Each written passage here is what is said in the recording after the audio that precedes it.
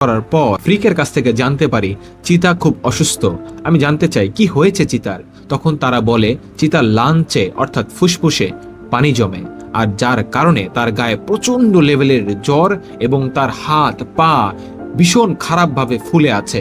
আমি কথাটা শোনার পর পর আতঙ্কিত হয়ে যাই। যখন তার সাথে দেখা করতে যাই, গিয়ে দেখি সে বিছানায় শুয়ে আছে একটা কম্বল মুড়ি দিয়ে। তার কপালে আমি হাত দিলাম, হাত দিয়ে দেখি তার শরীরে প্রচন্ড পরিমাণে জ্বর। তাকে আমি জিজ্ঞেস করি, ভাই তোমার কি হয়েছে? তখন সে বলে হাসতে হাসতে, ভাই কিছুই হয় নাই, জাস্ট এখানে একটা ছিদ্র করছে আমার পিঠে, ফুসফুস থেকে পানি বের করছে। আমি বললাম হোয়াট? জাস্ট একটা ছিদ্র করছে আর তোমার পিঠ থেকে পানি বের করছে, মানিটা কি? তোমার কি হয়েছে?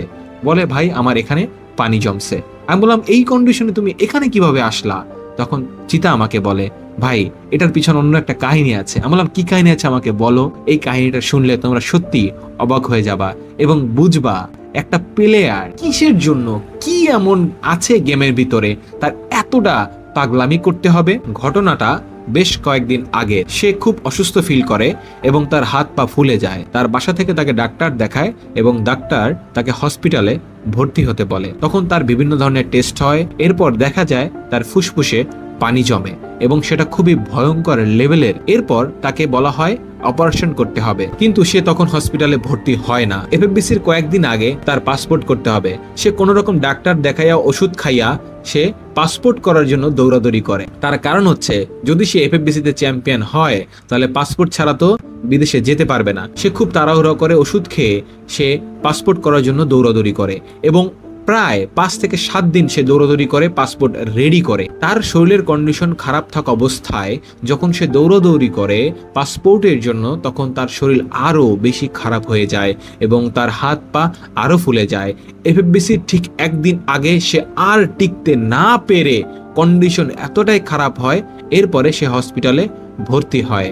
তার বাবা মা তাকে ভর্তি করে এবং তাকে ইমিডিয়েটলি তার এই ফুসফুস থেকে পানি বের করতে বলে। তখন তার হাতে ক্যানোলা দেওয়া হয় ইনজেকশন দেওয়ার জন্য এবং তার পিঠে ঠিক ফুসফুসের পাশে একটা ছিদ্র করা হয়, যেটা তোমরা অলরেডি ভিডিওতে দেখতে পাচ্ছ। সেইখান থেকে পানি বের করা হয় এবং পানি বের করার পরে সে একটা গেম খেলে হসপিটালে ডাক্তারদের সাথে। সে বলে যে আমার করোনা টেস্ট করতে হবে। করোনা টেস্ট করার কথা বলে হসপিটাল থেকে একটা ছাড়পত্র নেয়। সেই ছাড়পত্র নিয়ে হসপিটাল থেকে সে বের হয়ে সোজা উত্তরার হোটেলে চলে যায়, যেখানে তার টিমমেট জ ব্রেকার্স ওয়েট করছিল এফএফবিসি ফাইনালের জন্য। তাদের সাথে সেখানে গিয়ে জয়েন হয়। এরপরে তার সাথে আমার দেখা হয়। আমি তাকে বললাম, ভাই তুমি এটা কোন ধরনের পাগলামি করলা?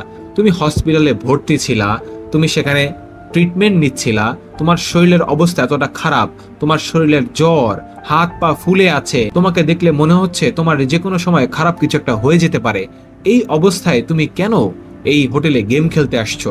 তখন সে বলে, ভাই আমি যদি আমার টিমের সাথে জয়েন না করি, আমি যদি আমার টিমের সাথে গেম না খেলি, আমার টিম ফাইনালে চ্যাম্পিয়ন হতে পারবে না, আমার টিম ভালো কিছু করতে পারবে না। আমাদের যে এক্সট্রা প্লেয়ারটা আছে তার উপর ভাই আমার ভরসা নাই। আমি এই জন্য হসপিটাল থেকে মিথ্যা কথা বলে চলে আসছি। তখন আমার খুব রাগ হলো, আবার খুব হাসিও পাইলো। একটা ছেলে এতটা পাগল কিভাবে হইতে পারে একটা গেমের জন্য? সেই ছেলের এতটাই পাগল তার পরের দিন আবার চলে আসে এফএফবিসির ফাইনাল খেলতে এবং তারপরে ইতিহাস তোমাদের জানা। এফএফবিসির ফাইনালে আবারও সেই সেকেন্ড পজিশন অর্জন করেছে চিতার টিম জ ব্রেকার্স। আফসোস হয়, কষ্ট হয় এই প্লেয়ারটার জন্য।